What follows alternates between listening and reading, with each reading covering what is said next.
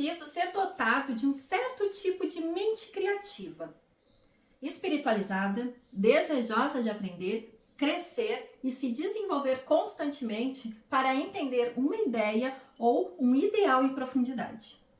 Eu diria que quando se lêem histórias para crianças, nossos filhos estão aprendendo em um nível e nós em outro.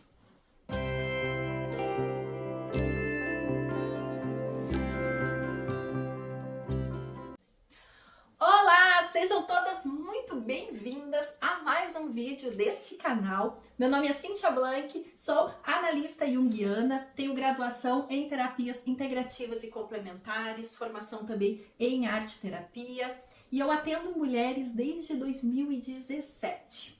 E este livro que hoje vou fazer resenha para vocês, eu comprei ele muito antes de 2017. Inclusive, eu me lembro que eu comprei ele em um sebo de Porto Alegre. Então, primeiro eu vou te contar a história de como esse livro veio parar nas minhas mãos, porque eu acho que isso tem tudo a ver sempre com a forma como a gente gosta ou não gosta de um livro, recomenda ou não, acha bom ou não. Então, só para te contextualizar sobre como eu vim adquirir esse livro e usá-lo também depois. Muito antes de eu me imaginar junguiana, até sabia quem era mais ou menos Jung, mas sabia mesmo quem era o Jung mais pela treta com Freud, essas fofocas que vão até parar no cinema.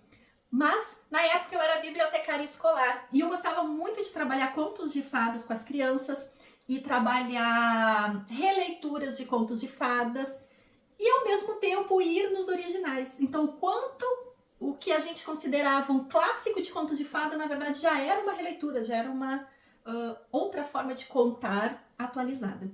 Então, nessa época que eu tive contato com esse livro, que eu cheguei no sebo e vi esse livro, eu estava nesse movimento de estudando conto de fada, literatura infantil, pelo meu trabalho como bibliotecária escolar. Inclusive, nessa época eu nem sabia, mas muitas coisas que eu aplicava com as crianças na hora do conto era essencialmente até biblioterapia e arte-terapia. Só fui saber disso depois, né? Quando fui fazer as formações é que eu fui perceber. Mas aquela atividade que eu fazia, muito arte-terapêutica, muito biblioterapêutica. Mas enfim, era intuitivo na época. Tanto é que não só eu não sabia direito quem era Jung, como eu também não sabia quem era. Olhe essa audácia. Eu não sabia quem era a doutora Clarissa Pinkola Estés. Quando eu comprei esse livro, a única coisa que eu vi foi Irmãos Grimm. E aí, eu li então a parte aqui de trás do livro. E aí, lendo a parte de trás, diz o seguinte: Contos dos Irmãos Grimm reúne histórias especialmente escolhidas e prefaciadas por Clarissa Pinkola Estés e ilustrações do artista vitoriano Arthur Rackham, principal responsável pela concepção visual dos contos de fadas, tal qual conhecemos hoje. Essa combinação de talentos, junto com a seleção meticulosa, que inclui contos muito conhecidos pelo público brasileiro, como Branca de Neve, Rapunzel e histórias menos disseminadas, como As Três Línguas, A Árvore Narigueira, fazem parte destes contos dos Irmãos Grimm em uma edição em tudo especial. E aí embaixo fala: Clarissa Pinkola Estés é analista junguiana, doutora em estudos multiculturais e psicologia clínica. Tornou-se célebre por seu livro Mulheres que Correm com os Lobos. Leitura, né? Indispensável. Mas, na época, eu não sabia quem era Clarissa Pinkola Estés e muito menos sabia do livro Mulheres que Correm com os Lobos. Então, olha aonde eu estava na vida, né? Então, este livro tem aqui uma informação importante porque eu me senti enganada. Depois que eu comprei esse livro, eu fiquei assim, fui tapeada. Por quê? O livro estava fechadinho, ele era de um sebo, mas ele estava fechadinho. Inclusive, ele até tinha assim as indicações de que tinha marca de uso, tinha algumas marcas de umidade e tal, mas eu adquiri. E quando eu fiz esta leitura, qual foi a interpretação que eu tive do conteúdo deste livro? Foi que esta psicóloga, esta analista junguiana, Clarissa, ela comentaria os contos de fadas dos irmãos Grimm. Ali quando diz, né? Histórias especialmente escolhidas e prefaciadas por Clarissa Pinkola Estés. Eu imaginei que ela vai ter um monte de contos de fadas aqui e ela vai estar comentando, que era exatamente a vibe que eu estava no momento. Eu estava ali estudando contos de fadas com este olhar de literatura infantil, mas também de biblioterapia. Então, como levar essas histórias, os livros, com uma função terapêutica, para além daquela função de escolarização que é o mais comum nas escolas. Eis que eu me enganei com o livro. Por quê? Inclusive, tem até aqui uma dedicatória do antigo dono do livro, né? Lúcio, primavera de 2006. Bom, vamos aos dados físicos do livro, tá? Ele possui 315 páginas. Como você pode ver, ele é um tamanho um pouquinho maior, ele é grandezinho mesmo. Tem essa página aqui que é bem durinha. Ele tem muitas ilustrações, até ali como se faz a indicação do ilustrador, né? Ele tem muitas ilustrações muito bonitas. Aqui. Então, em termos estéticos, vamos colocar assim, ele é muito, muito bonito. Vamos ver aqui mais para mostrar para vocês. Aqui. Ele é muito bonito, as ilustrações. Esteticamente, o livro é muito bonito. Esta edição, ela é do ano de 2005. Né? Originalmente, ela foi publicada, acho que nos Estados Unidos, Originalmente, ela foi publicada nos Estados Unidos em 1999, mas no Brasil, ela chegou em 2005 pela editora Rocco. E qual foi a surpresa que eu tive, que foi a decepção? Não tem outra palavra, decepção mesmo. Acontece que o livro, esse aqui é o sumário, ó, para vocês verem. Acontece que o livro, ele é essencialmente o quê?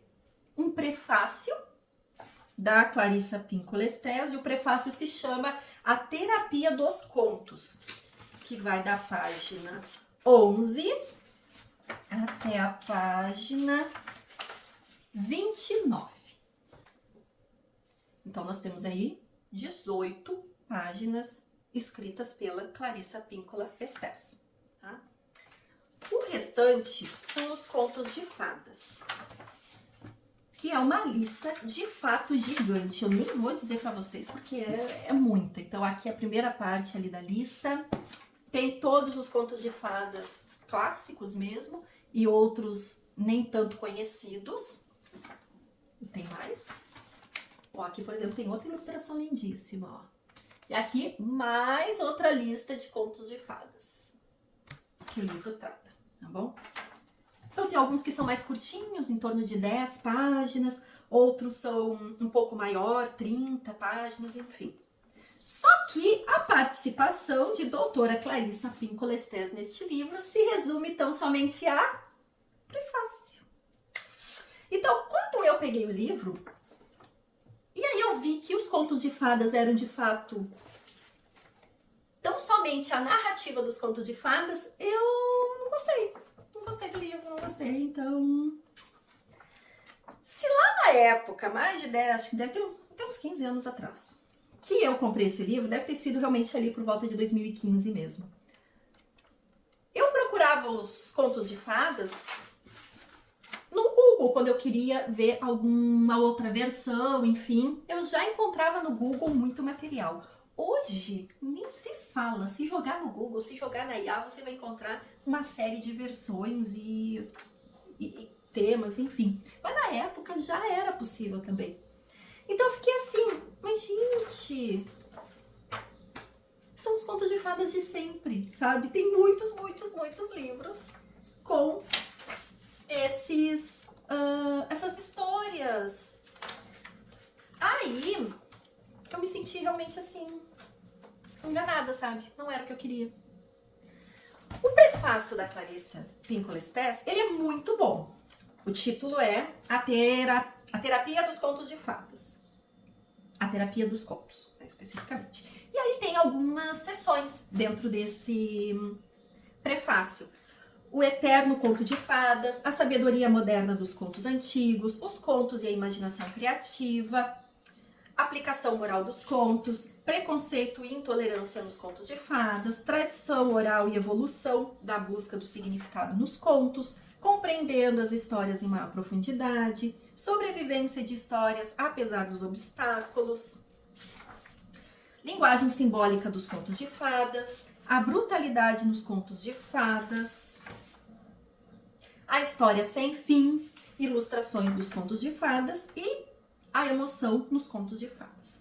Esse prefácio, ele é muito bom mesmo, porque vai ter esse olhar de fato da Clarissa como uma estudiosa dos contos de fada, das tradições orais. Então, ela discorre muito bem, mas só para a Clarissa aqui.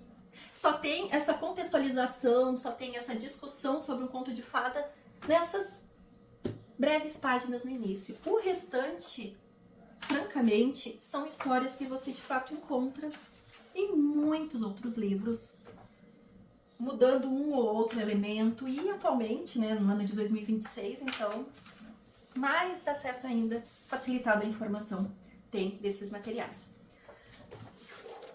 Vamos aos pontos positivos, então, do livro, tá?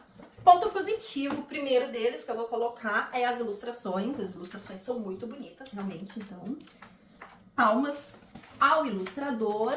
Olha essa daqui da Rapunzel, que bacana. Ilustrador realmente muito bom. Outro ponto positivo, de fato, são reunidos aqui muitos contos de fadas, então são muitas histórias que vai além das básicas de sempre, né? Então, tem a Branca de Neve, tem a Bela Adormecida, tem Gata Borralheira, tem o Lobo e os Sete Cabritos, João Esperto, o Ganso de Ouro, mas também tem muitas outras que não são tão conhecidas. O Rapaz que Não Sentia Calafrios, A Árvore Narigueira, O Músico Maravilhoso, As Três Penas, tem Rapunzel, tem Príncipe Sapo, tem João e Maria, tem Chapeuzinho Vermelho.